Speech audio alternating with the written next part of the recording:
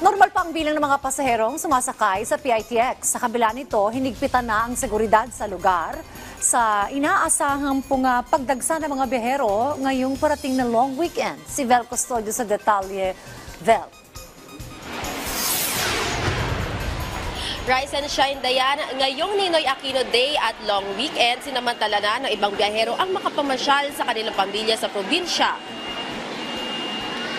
Ayon sa pamunuan ng Parañaque Integrated Terminal Exchange o PITX, bagamat long weekend, inaasahang magiging normal lang ang dami ng biyahero sa 168,000 daily foot count. Sa mga oras na ito, hindi pa mahaba ang pila sa mga ticketing booth. Bagamat okupado naman ang mga karamihan ng upuan sa mga naghihintay sa biyahe patungong Cavite at Laguna at mabilis namang ang interval ng biyahe. Mahigpit pa rin ang pagpapanatili ng kaligtasan kaayusan ng mga security personnel ng PITX. May mga nakadeploy ding mga pulis.